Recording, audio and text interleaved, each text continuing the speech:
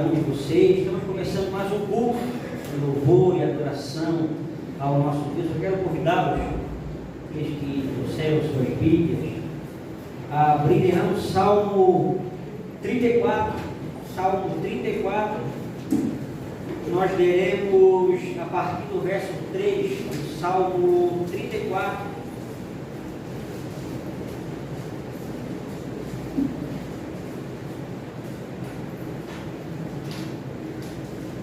Diz assim a palavra do Senhor: busquei ao Senhor e Ele me acolheu, livrou-me de todos os meus temores. Contemplai e sereis iluminados, o vosso rosto jamais sofrerá vexame. Clamou este aflito e o Senhor o ouviu, e o livrou de todas as suas tribulações. O anjo do Senhor acampa-se ao redor dos que o temem e os livra. Ó, provai e vede que o Senhor é bom. Bem-aventurado o homem que nele se refugia. Ó, provai e vede que o Senhor é bom. O Senhor é quem nos livra das nossas tribulações, é Ele quem nos livra das nossas angústias e também nos encoraja a colocar a nossa vida diante dEle. Clamou este aflito, o Senhor o ouviu, e nós somos aconselhados pela palavra a clamar, a levar a nossa vida, o nosso pedido diante do Senhor. E porque também, meus irmãos, nós erramos muito. Erramos na maneira como nós falamos, erramos na maneira como nós pensamos, agimos, e nós sim carecemos do perdão do nosso Deus. E Ele nos perdoa gratuitamente. Isso é algo maravilhoso. Apesar de sermos homens e mulheres falhos, como nós somos, nós temos em Deus a garantia do perdão quando nós depositamos a nossa confiança nele, quando nós oramos, pedindo a Ele direção, pedindo a Ele perdão, pedindo a Ele que nos ajude a caminhar, a trilhar a vida diante da vontade dele. Vamos estar orando nessa oração inicial, nessa oração de confissão. Eu quero convidar o nosso irmão, o prefeito Daniel, que estivesse orando nesse momento.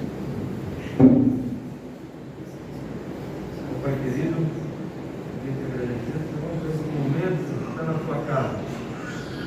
Queria ter perdão do que nós falamos, porque muitas vezes nós pensamos, mas não sabe, e muitas vezes apenas sai da nossa boca. O nosso pensamento é voltado a ti, mas o Senhor sempre está nos protegendo. Ó Pai, me defenda, Senhor, de todos os males. Certo? Sua salvação para o Senhor. Nós não merecemos sequer estar aqui, Senhor. Pelo Espírito Santo, dá coragem, dá força para nós estar aqui. Ó, Senhor, muito obrigado. Amém.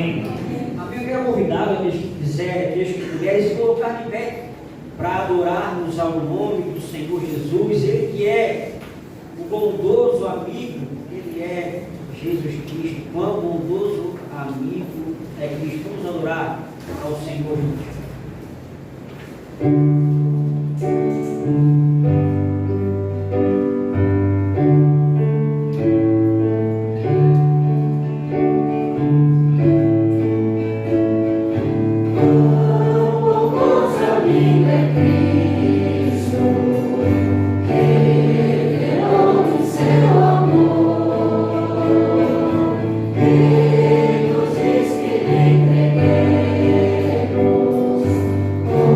Os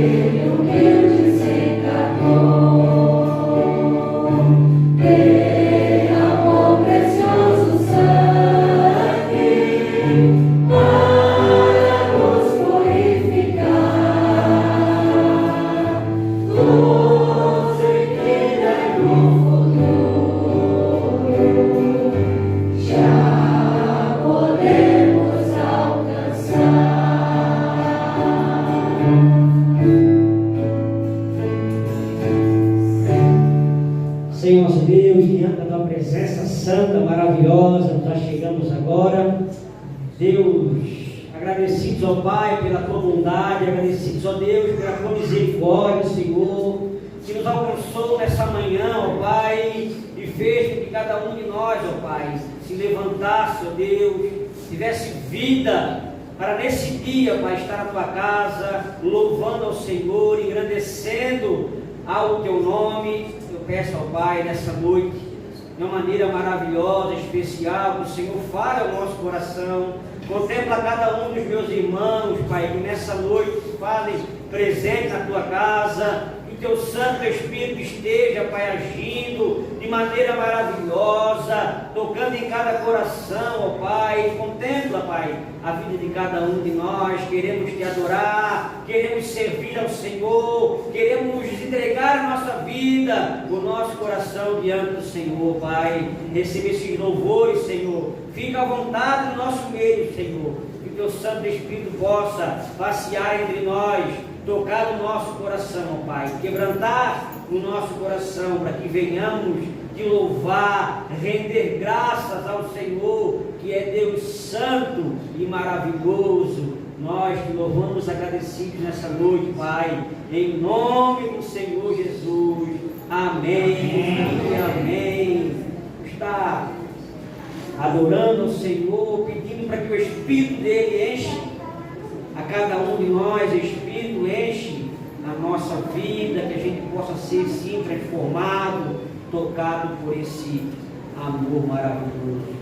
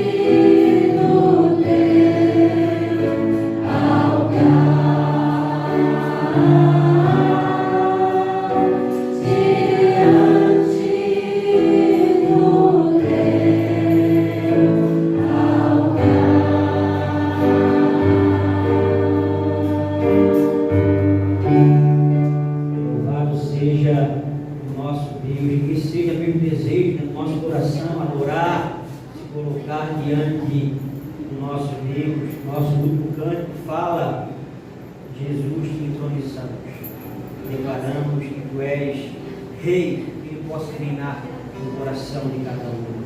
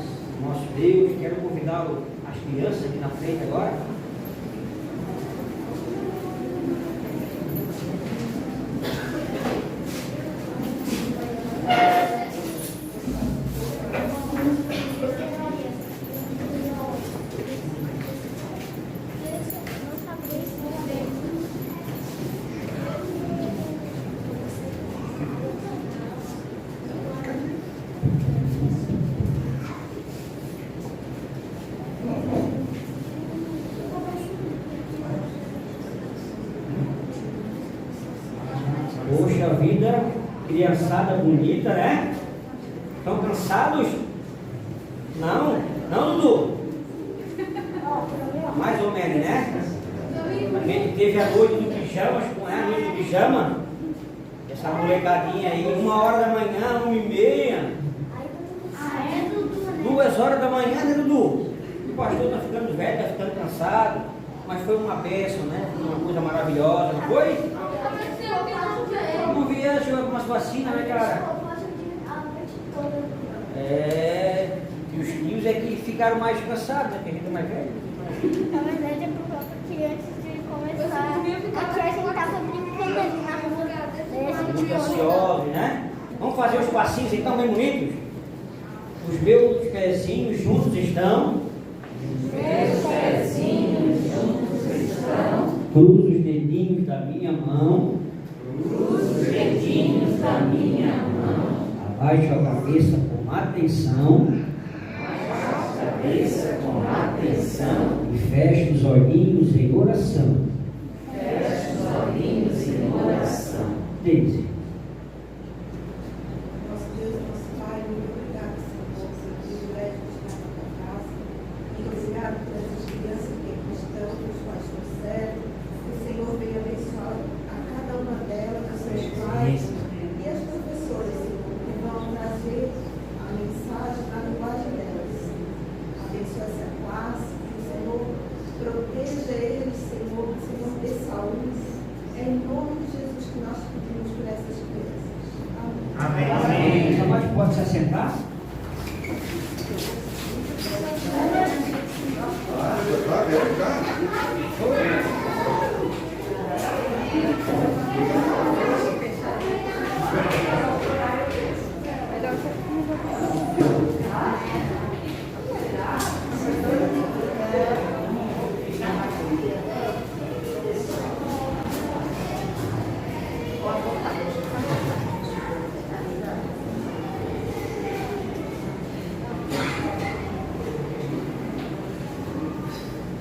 Meus irmãos, que bênção ter cada um de vocês aqui com a gente. Obrigado pela presença de cada um de vocês. Muito nos alegra, né? Você dedicar um tempo do seu domingo para estar aqui na casa do Senhor, adorá-lo, colocar a nossa vida diante dele, né? Hoje está com a gente aqui a nossa amiga Ana. Deus abençoe, querida, sinta-se à vontade no nosso meio. Meu brother Vinícius, a família aqui do Lucas, né? O nome do irmão, a sua mãe, a sua esposa, as crianças aqui na frente, né? Sinta-se à vontade, meus irmãos. A casa do Senhor é a casa nossa, ela está de portas abertas. Sintam-se à vontade no nosso meio e a todos vocês, né? Que vieram aí. Deus os abençoe. Eu quero compartilhar com vocês nessa hora a palavra do Senhor, lá em Lucas capítulo 9. Nós leremos do verso 23 ao verso 26. Lucas 9, de 23 a 26.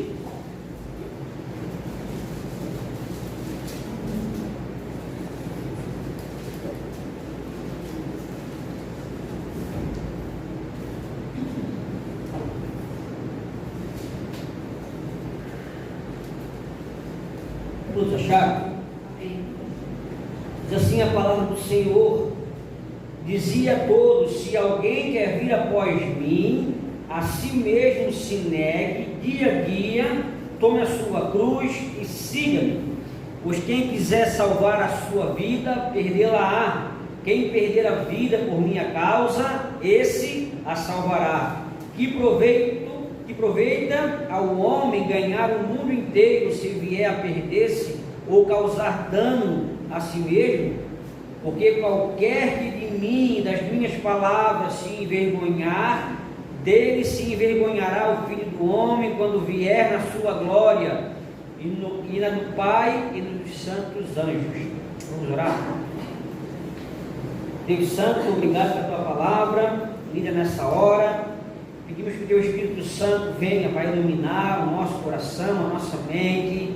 Possamos, Pai, aprender a tua palavra. Que nessa noite, Senhor, de uma maneira especial, ó Pai, o Senhor possa abrir o entendimento de cada um de nós, Senhor. Que o nosso coração nessa noite seja uma terra fértil ao ouvir a tua palavra que é viva, que é eficaz, ela é poderosa, é ela que converte os corações através do Espírito Santo. Que nessa noite, Pai, haja o mover do Senhor, que haja uma direção maravilhosa, especial do teu Santo Espírito. Contempla cada um dos meus irmãos, Senhor. O Senhor conhece como cada um chegou aqui nessa noite. O Senhor conhece as dificuldades, Senhor, as angústias, os sofrimentos, ó Pai, mas que tudo isso seja levado cativo aos pés de Cristo, e que o nosso coração nessa noite seja, Pai, edificado com a Tua palavra. É a nossa oração nessa noite, Pai, Em nome do Senhor Jesus. Amém e amém. Gerson de Oliveira Nunes nasceu em 1941 no Rio de Janeiro. Em 1959, com 18 anos, estreou na principal equipe do Flamengo. Canhotinha de ouro, o pessoal mais velho vai conhecer. Eu não conheço todo esse tempo, né? Foi só pesquisar, né? Canhotinha de ouro, como era chamado, se destacou por times aonde passou. Botafogo em 1970, e ele foi tricampeão com o Brasil na Copa do México. Quem já era nascido em 1970? O pessoal não levantou a mão, tem um monte de gente aí que já é mais velho que isso aí, mas não levantaram a mão. Isso. Ele foi então destaque dessa seleção que ganhou o Mundial, ganhou a Copa do Mundo, né? Depois jogou no São Paulo em 1973, e em 1974, com 33 anos, encerrou sua carreira vitoriosa no Fluminense. Gerson era fumante, fumava nos intervalos das partidas e também no final. Em 1976 ele foi convidado, estava aposentado, né, para fazer uma propaganda de cigarro, e o cigarro era Vila Rica. O comercial então destacava, né, um pano de fundo assim, Gerson fazendo o gol, né, como ele foi o cérebro ali, disseram que jogou mais do que o Pelé. Eu não estava na hora para saber, não vi, né? Mas o pano de fundo então destacava ele fazendo o seu gol, né, no final da competição.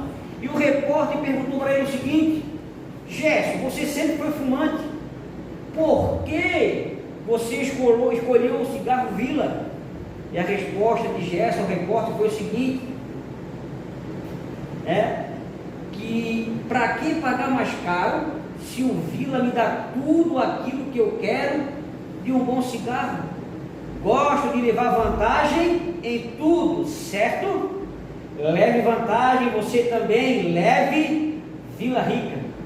E essa frase ficou conhecida então como a lei de Gerson, a lei do se dar bem, né? Depois mais atualizado com o jeitinho brasileiro, o jeitinho de levar vantagem, o jeitinho de sempre se dar bem, a despeito de qualquer situação.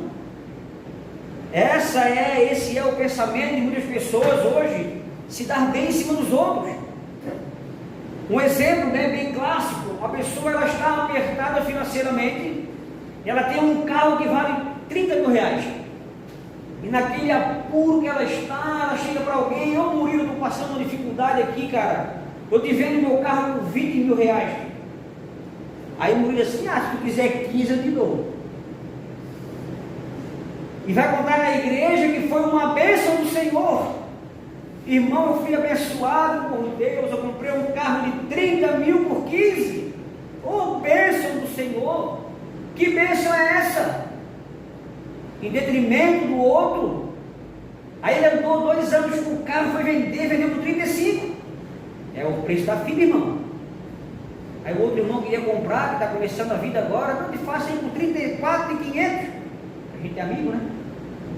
Essa é a lei de Gerson, que foi impregnada na vida do brasileiro, na vida do ser humano no geral, nessa ideia de querer sempre se dar bem, querer sempre estar por cima, querer sempre levar vantagem, aproveitar ao máximo as coisas, né? Hoje talvez se um casal assim com uma idade de 20 anos, 22 anos, chega para alguém que não é cristão, que não conhece a palavra: eu estou pensando em me casar. A pessoa assim: está ficando maluco, rapaz. Na linguagem de gancho, larga a mão de ser bobo, rapaz. Vai aproveitar a tua vida. E esse conceito de aproveitar a vida que as pessoas falam, ele não é igual nem semelhante ao conceito de aproveitar a vida do reino de Deus. Porque para as pessoas aproveitar a vida, o que é? É eu curtir o máximo de festa possível, ficar com o máximo de mulher e homem possível, me dar bem, conhecer lugares. Isso é o conceito, esse é o conceito de aproveitar a vida. Infelizmente também, muitas pessoas que dizem-se cristãs levam isso também para as suas vidas. Eu quero aproveitar, eu quero tomar vantagem, eu quero curtir a minha vida. Quando der tempo, eu me volto para as coisas do Senhor, enfim. Mas será, né, que a palavra do Senhor, ela nos orienta em relação a como nós devemos realmente aproveitar a vida, de como realmente é uma vida daquele que nasceu em Cristo, uma vida de discipulado do Senhor, daquele que imita o seu mestre. E se você nessa noite ainda não é um discípulo de Cristo, nós vamos falar sim do plano que Cristo tem para cada um de vocês, para cada um de nós. Um estilo de vida que realmente é aproveitado ao máximo. Porque todas essas coisas que eu falei, elas são boas até certo ponto, mas elas não satisfazem o desejo do nosso coração. O nosso coração, ele tem os anseios espirituais que só são saciados com a presença de Deus. E as coisas externas, elas nos trazem um pouco de alegria, um pouco de entusiasmo, mas é por pouco tempo. Logo precisamos de doses mais fortes para permanecer naquela euforia, naquela alegria. E é sobre isso que eu queria falar com vocês nessa noite. O discipulado como um estilo de vida. Discipulado como um estilo de vida. Deus, ele tem um estilo de vida para os seus filhos. E para aqueles que andam longe, que precisam de um norte, a palavra de Deus também nos orienta, ela nos diz de como deve ser o estilo de vida daqueles que querem viver com Cristo e daqueles que ainda não estão vivendo e estão tão longe que os anseios do coração dele é tão grande, que ele aprendendo nessa noite o estilo de vida que Deus quer para ele, as coisas mudam.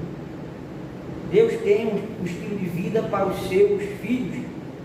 Discipulado como estilo de vida, em primeiro lugar, o texto que nós lemos, a palavra do Senhor, leve sua cruz. Jesus, ele está orando com os discípulos à parte. Ele ficava, os discípulos ficavam, ele ia mais além, ali orava, e quando ele volta, ele pergunta para os seus discípulos: quem as multidões dizem que eu sou? Aí eles falaram assim: uns dizem que tu és João Batista, outros dizem que tu és Elias, outros dizem que tu és um grande profeta, um antigo profeta que ressurgiu. Mas e vocês, discípulos, quem vocês dizem que eu sou? E a gente falou de Pedro domingo passado, naquela euforia, naquela empolgação. Pedro era prático. Tu és o Cristo, o Filho de Deus. E Cristo, no Evangelho de Lucas, vai dizer para que eles não comentassem com isso, não levassem esse fato adiante. E depois de ele falar, de Pedro falar que ele era o Cristo de Deus, Jesus começa a dizer: olha, é necessário que o Filho do Homem, se referindo a ele, Cristo, sofra muitas coisas. É necessário que ele seja entregue nas mãos dos anciãos, na mão dos sacerdotes, que seja morto. É necessário que haja morte. Eu vou morrer, mas eu vou ressuscitar no terceiro dia. E no outro evangelho, Pedro vai dizer para ele: deixa de ser tolo, isso não vai acontecer contigo jamais. E a mesma boca que falou que Cristo era o Filho de Deus é usado por Satanás, e Cristo já o repreende: apartai-vos de mim, Satanás, porque tu não cogita das coisas de Deus, tu cogita das coisas dos homens.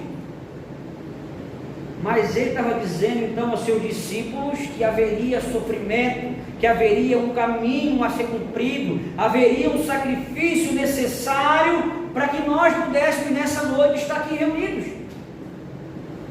Porque se Cristo não tivesse ido à cruz, como Pedro sugeriu, sendo boca de Satanás, nós não estaríamos aqui nessa noite sentados ouvindo da esperança que há em Cristo, das coisas maravilhosas que aguardam aqueles que colocam a sua confiança nele. E Cristo então ele encoraja os seus discípulos. E essa vida nova de discipulado que eles teriam, custaria a eles algo muito grandioso, um preço muito alto a ser pago. A renúncia diária, a abnegação. Eles deveriam negar as suas paixões, renunciar às ambições egoístas.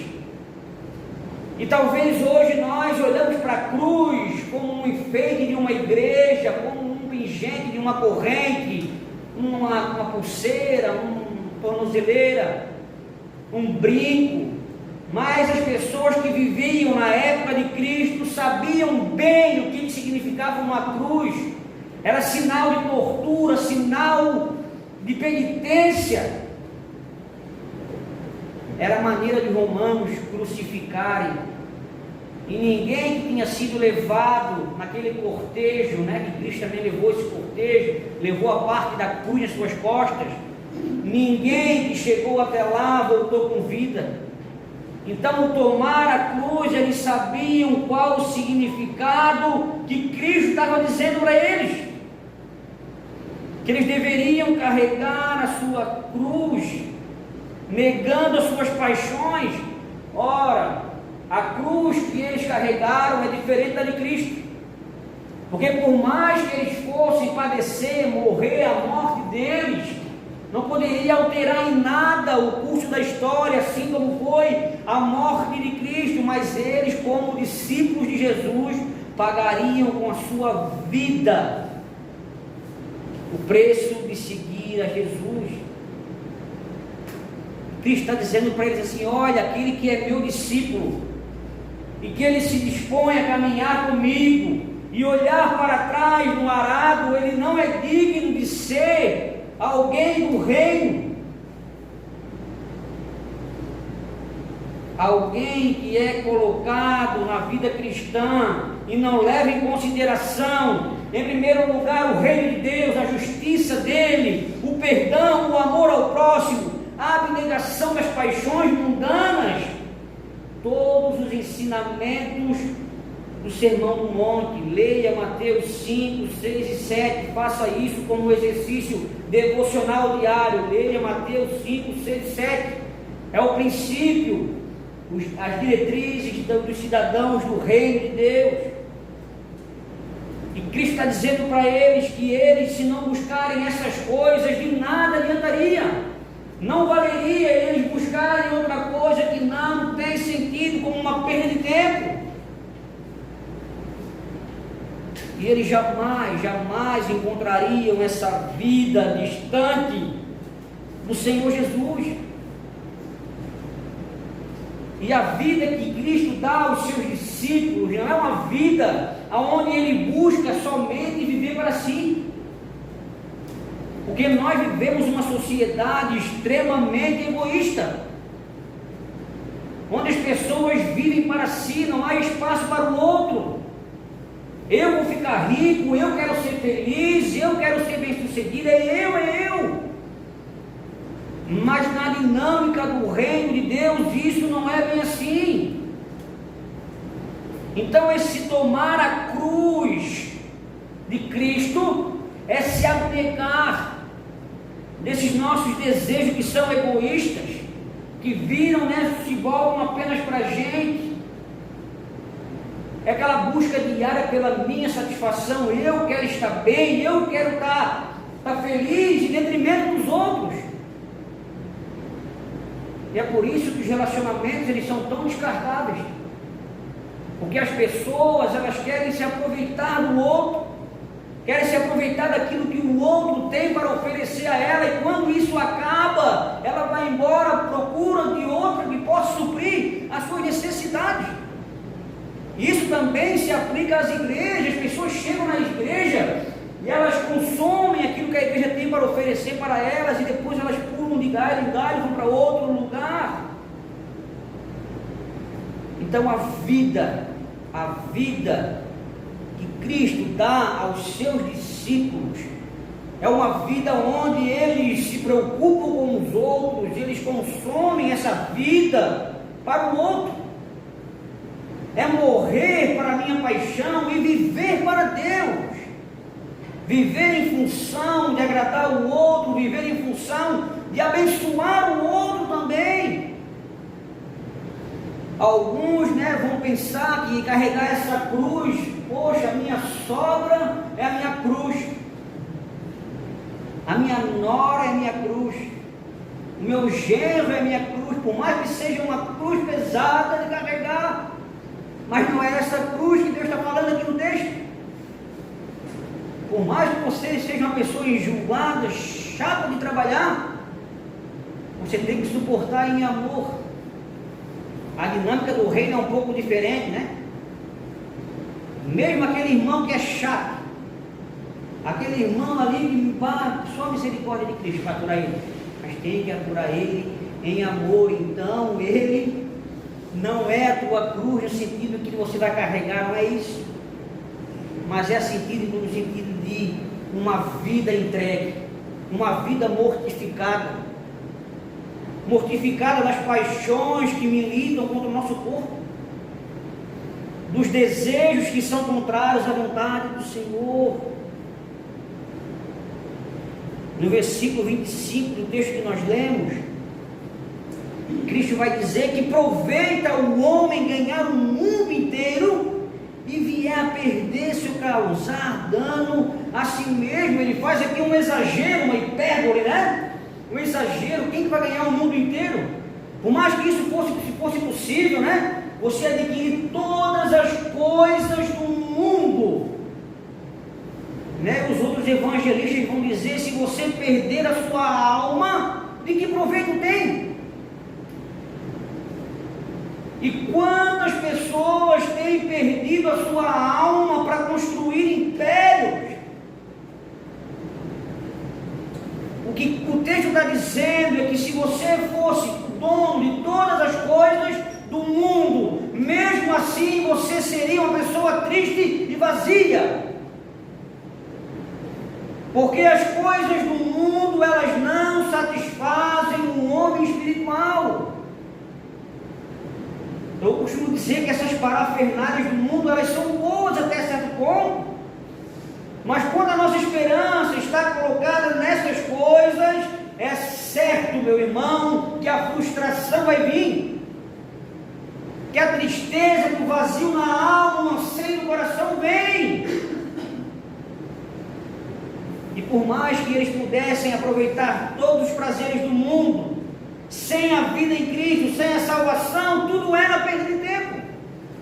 Tem uma parábola que Cristo conta de um homem que teve uma grande colheita, e ele falou para si mesmo: vou destruir esses meus celeiros, vou construir outros maiores, e depois de ter todo o meu cereal ali guardado, vou dizer para a minha alma: come, bebe, arregala-te.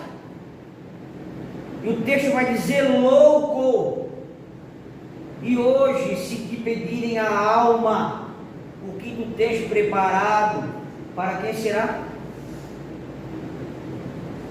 Olha o texto, olha o que a palavra de Deus, ela nos ensina, que o estilo de vida do reino, o estilo de vida de um discípulo de Cristo, é um estilo de vida aonde é deixado para trás aquilo que é a nossa natureza. O mundo fala que você tem que ser feliz, independente das situações. A palavra de Deus nos diz que nós temos que mortificar os nossos desejos que são contrários à palavra do Senhor. E como isso é possível, Bi? Nascendo de novo, apenas com o Espírito Santo. Talvez nessa noite você tenha vivido para si. Nessa noite você viveu a tua vida toda para satisfazer os teus prazeres.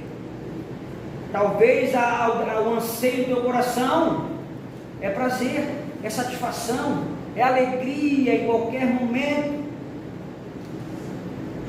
Mas a palavra de Deus, ela nos confronta dizendo que há sim um estilo de vida que agrada ao nosso Senhor. E quando aplicamos então esse primeiro ponto, sobre levar a cruz, meus irmãos, como nós perdemos tempo da nossa vida. Como nós perdemos tempo, força, recurso, energia, correndo atrás de tantas coisas, não é verdade? A nossa correria é tão grande que a gente perdeu, né? A gente perde tantas coisas, a gente não vê as pequenas coisas da vida. A gente está tão preocupado com a correria, com uma agenda louca, frenética, que a gente perdeu o contato com os nossos familiares, que a gente perdeu o contato com os filhos, o contato com a natureza. Às vezes a gente vai para ganchos, né? E tem aquele turista bem devagarzinho, e a gente está louco para passar por cima dele, né? Está louco para passar por cima dele, que a gente quer chegar com pressa, né?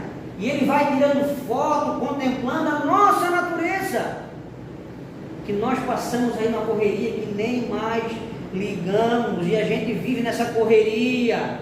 Talvez o teu sonho nessa noite seja ganhar muito dinheiro, talvez o teu sonho seja ser alguém muito conhecido, alguém muito importante. Aí quando a palavra de Deus te confronta, você precisa ser um discípulo. Aí você está cheio de argumentos no seu bolso, cheio de carta na manga, você vai me dizer: não, primeiro eu vou casar, depois de eu casar, depois de eu fazer a faculdade, depois de eu comprar minha casa, depois de eu ter uma boa reserva financeira, depois daquela viagem que eu quero fazer, aí sim eu vou seguir a Cristo. Meus irmãos, nós temos visto a morte rondando as nossas vidas, não é assim? Pessoas muito próximas a nós, amigos, irmãos, familiares, estão perdendo a vida sem a oportunidade de conhecer esse mestre, sem o discernimento das coisas espirituais. Correm para lá e para cá. E o texto ele nos convida nessa noite a como discípulos de Jesus. Se você ainda não é um discípulo, a palavra também te convida nessa noite, com seu coração entregue, se abnegar, tomar a cruz, morrer para si mesmo. Porque nós achamos que morrer para nós mesmos significa algo tão ruim, algo tão triste, algo tão pesado. Mas o próprio Cristo vai nos dizer: o meu fardo é leve e o meu jugo ele é suave. O meu fardo é leve, o meu jugo é suave. Porque nós estamos vivendo a nossa vida toda da maneira como nós achamos que é o certo, na maneira que eu acho que eu tenho que viver com Cristo. Um relacionamento tão superficial, um relacionamento apenas de vir aqui e sair fora e viver a minha vida. Esse tipo de relacionamento não funciona em âmbito nenhum. Se o nosso relacionamento com a nossa esposa fosse igual ao relacionamento nosso com Cristo, certamente nós já estaríamos longe. Porque a nossa esposa, a gente acorda, a gente dá bom dia, deveria dar, né? Dá bom dia, dá beijinho de boa noite, dá carinho. Os filhos é a mesma coisa. Relacionamento entre amigos é a mesma coisa, nutrido. Aí a gente acha que o relacionamento com Cristo ele pode ser da maneira que a gente acha que deve ser. Ele sabe que eu tenho agenda corrida. Ele sabe que a minha vida é agitada. Meu irmão, tanta correria vai levar a gente aonde? Cansaço, estresse, fadiga, remédios e tantas coisas. O discípulo de Cristo, ele precisa experimentar a vida do seu mestre. Eu digo para vocês, meus irmãos, como nós temos perdido tempo em não experimentar a vida de Deus. Vivemos por aí arrombados, secos, deprimidos, chorando pelo canto, porque a alegria de Cristo não está em nós. É muito certo que a vida com Cristo não nos isenta de sofrimento, Mas é certo que a vida com Cristo nos ajuda no sofrimento.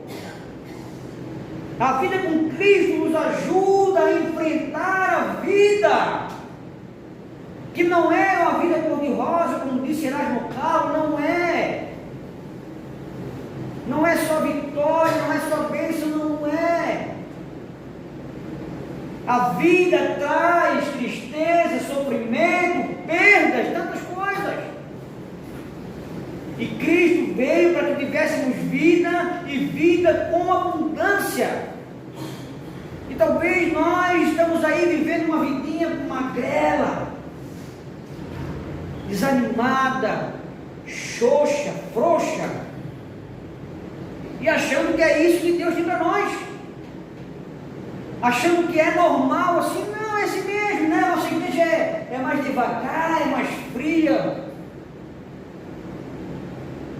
Ora, se a gente não experimentar o amor, essa vida abundante, certamente, aonde nós estivermos, seremos pessoas frias, mortas espiritualmente. Um discípulo de Jesus, ele é alguém que imita o seu mestre. O apóstolo Paulo, em 1 Coríntios, capítulo 11, versículo 1, nos diz: sede meus imitadores, como também eu sou de Cristo. E Cristo, ele deixou o esplendor da sua glória. Ele poderia estar muito bem, confortável, essa é a palavra, né? Nós queremos estar confortável. Ele poderia estar muito bem confortável no seu trono. Por que queria se preocupar com pessoas como eu e você, tão inseguras, tão instáveis? Ora queremos abraçar o mundo, ora queremos que tudo se acabe no barranco para a gente ficar encostado. Ele abriu mão da sua glória, e ele veio ao mundo e foi obediente a Cristo até a morte, e morte de cruz. E sabe o que ele fez com que ele fosse até o final? A alegria que estava proposta a ele. Ele sabia que seria recebido em triunfo no céu. Hebreus 12, versículo 2 nos diz: olhando firmemente para o autor e consumador da fé, Jesus, o qual em troca da alegria que lhe estava proposta, suportou a cruz, não fazendo caso da ignomínia, e está sentado à destra de Deus. A alegria que lhe estava proposta fez com que ele seguisse até o fim no seu propósito. E meus irmãos, talvez você possa nessa noite estar dizendo assim: não, mas eu quero aproveitar esses prazeres que o mundo me dá, eu quero conhecer as coisas. Meu irmão,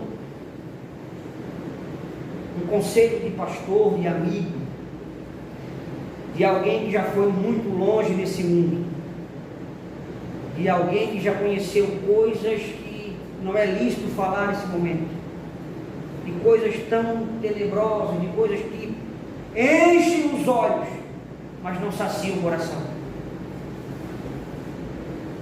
Tudo que o mundo nos oferece saciam os nossos olhos, abrem o apetite, mas não matam a nossa fome.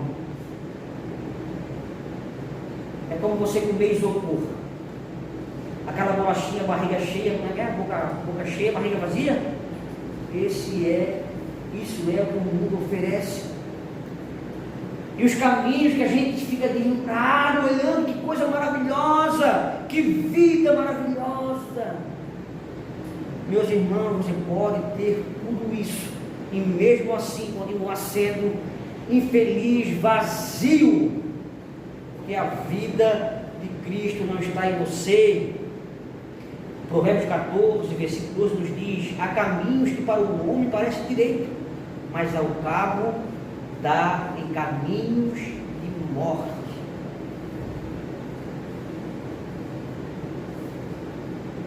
Nós podemos aprender essa noite com o apóstolo Paulo, que recebeu bênçãos espirituais da parte de Deus. Filipenses 3, versículos 8 e 9 nos diz: devera considero tudo como perda, por causa da sublimidade do conhecimento de Cristo Jesus, meu Senhor, por amor do qual perdi todas as coisas, e as considero como refúgio para ganhar a Cristo e ser achado nele, não tendo justiça própria que procede da lei, senão a que é mediante a fé em Cristo, a justiça que procede de Deus. Ora, você pode se desfrutar milhões de coisas. Você pode estar nessa noite conversando com o seu coração e dizendo: não, mas o que está falando não faz sentido, porque as coisas dão prazer, esse prazer é imediato, e esse prazer, para ser satisfeito, precisa de doses cada vez maiores, e quanto mais tu se envolve, mais tu precisa desse prazer, e você é capaz de tantas coisas para resolver, para satisfazer esse prazer, que acaba te enredando e levando para lugares muito difíceis de sair, exceto pela bondade, pela mão de Cristo, que nós nessa noite, meus irmãos, possamos ser achados em Cristo,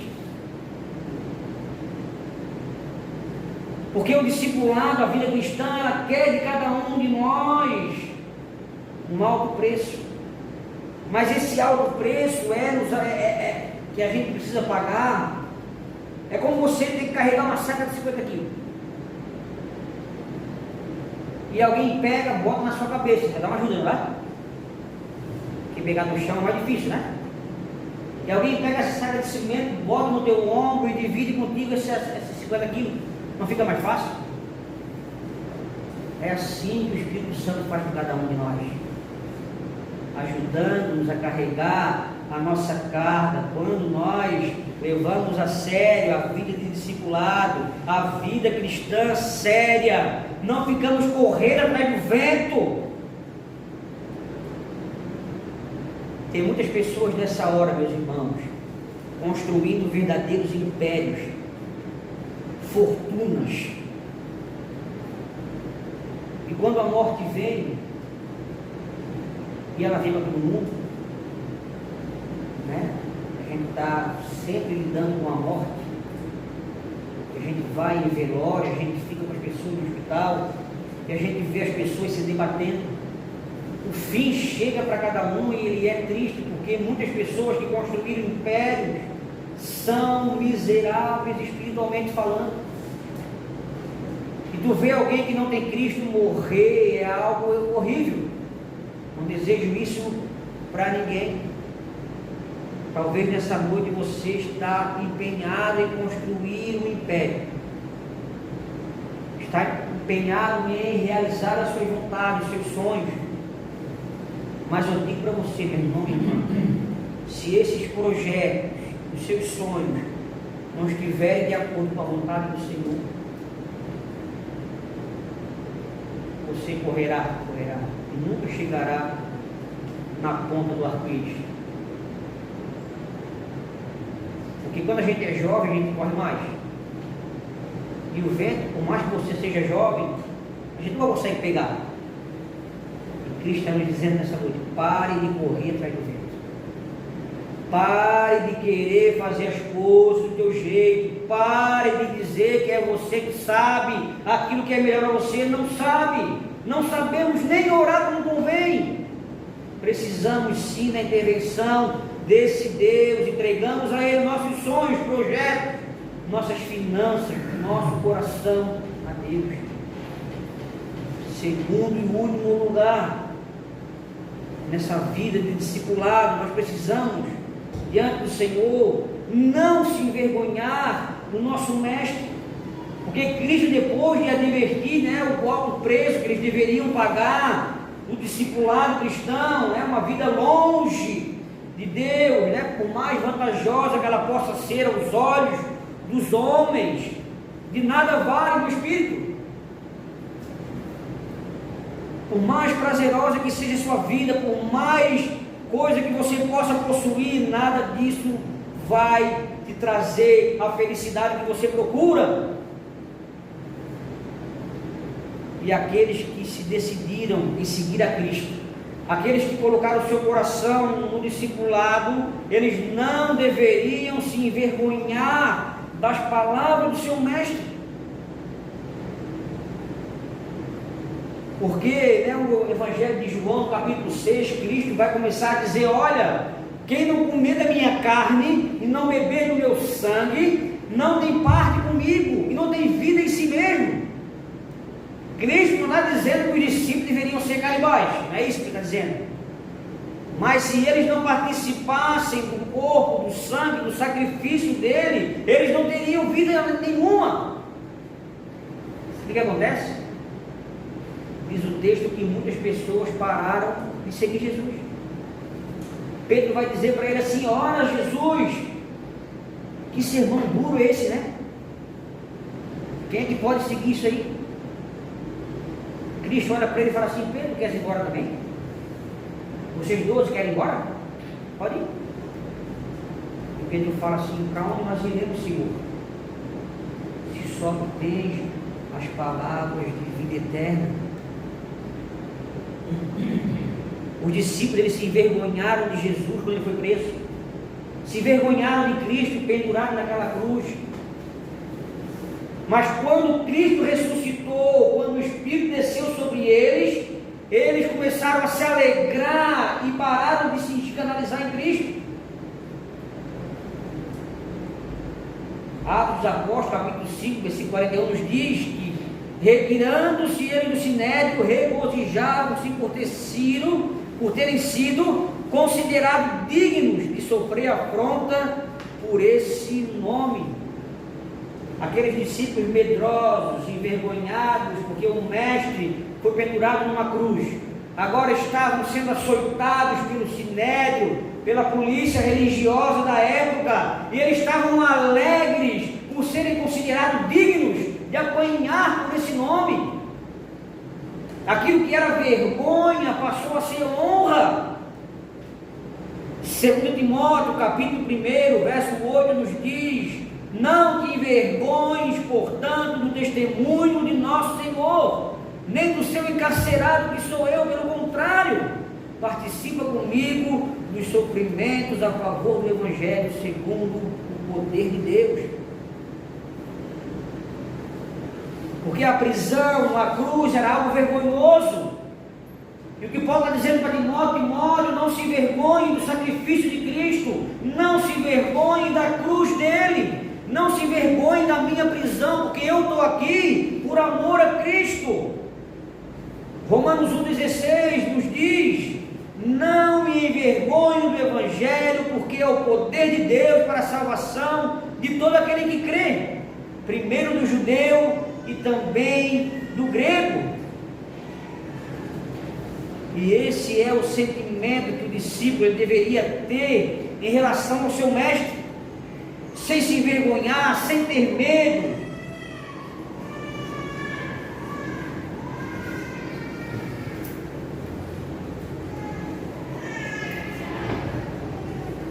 Tem coisa que é só a mãe que dá jeito, né?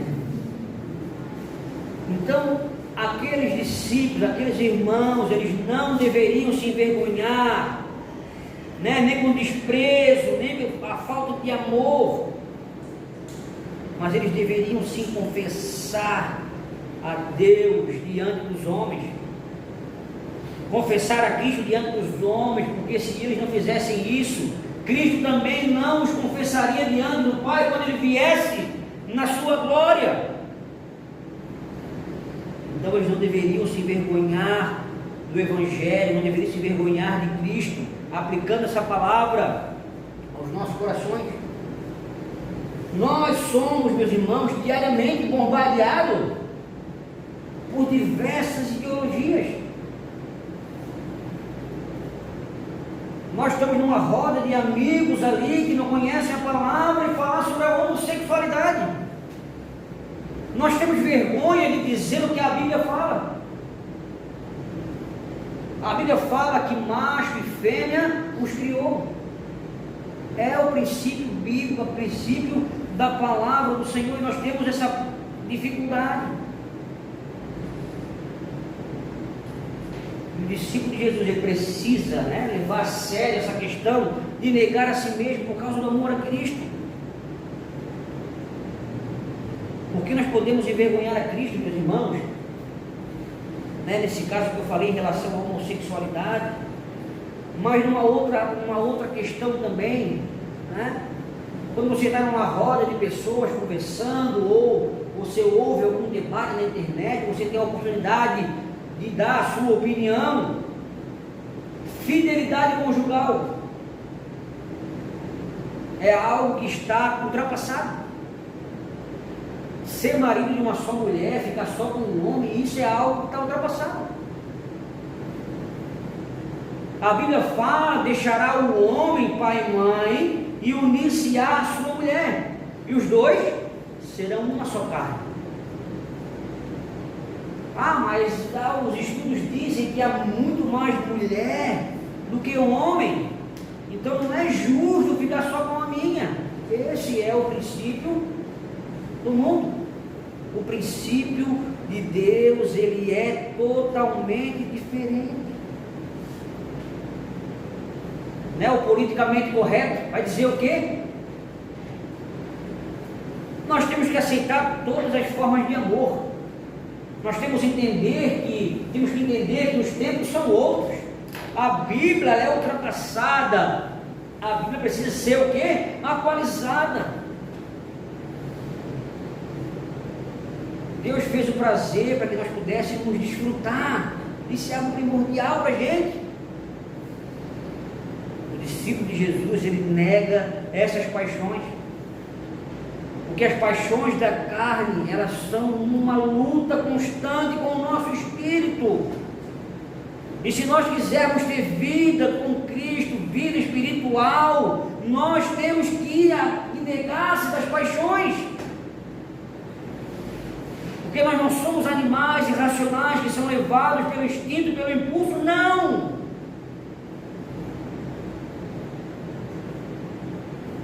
Nós somos culpados, né, de quando nós temos dificuldade de falar dos princípios bíblicos.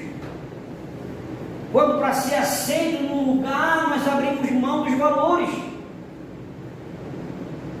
Ora, a Bíblia fala que eu tenho que conviver com as pessoas, eu tenho que conviver com aquele que é ímpio, eu tenho que conviver com todo mundo.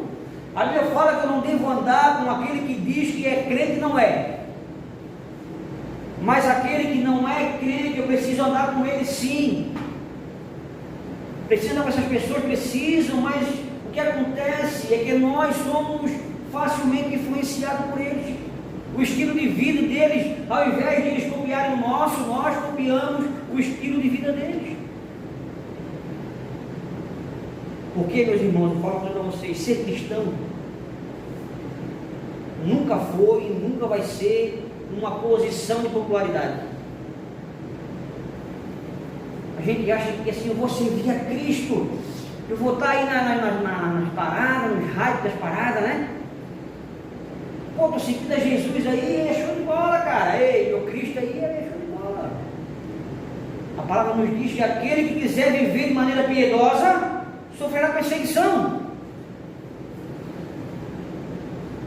Nós temos visto, né, países onde ser discípulo é aplicado o termo de maneira literal: pega a tua cruz e me siga. Há países onde servir a Jesus significa que você disse: eu vou morrer. E graças a Deus no Brasil nós temos a liberdade, e nós precisamos, como igreja, como pessoas que querem viver diferente, que querem sair da mesmice, que querem ser transformados por Deus, mortificar a nossa carne. Ele fala que aquele que se envergonhar dele diante dos homens, quando vier o julgamento, quando vier o dia onde todos nós compareceremos diante do tribunal, e nós ouviremos de Cristo duas coisas: vinde, benditos de meu Pai, entrai nas moradas. Ou ouviremos: apartai-vos de mim, pois eu nunca os conheci. Que nessa noite o nosso desejo como cristão é estar na fila da esquerda daqueles que serão chamados filhos de Deus.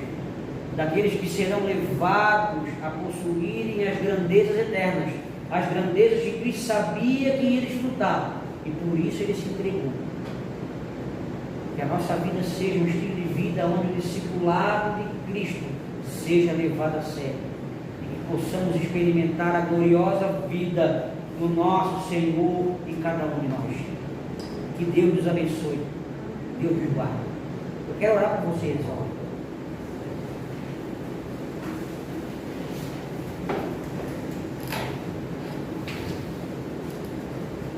Deus Santo, nós te louvamos, Senhor, agradecidos pela Tua palavra, agradecidos pela Tua misericórdia, Senhor, porque o Senhor pede para que nós nos entreguemos ao Senhor, mas o Teu Espírito Santo nos ajuda.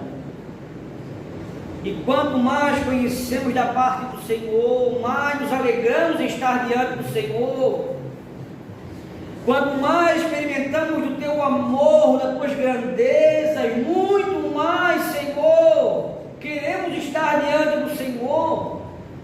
Não queremos, Senhor, nos satisfazer com porcaria, Senhor. Queremos estar diante do Senhor. Abençoe cada um dos meus irmãos aqui nessa noite.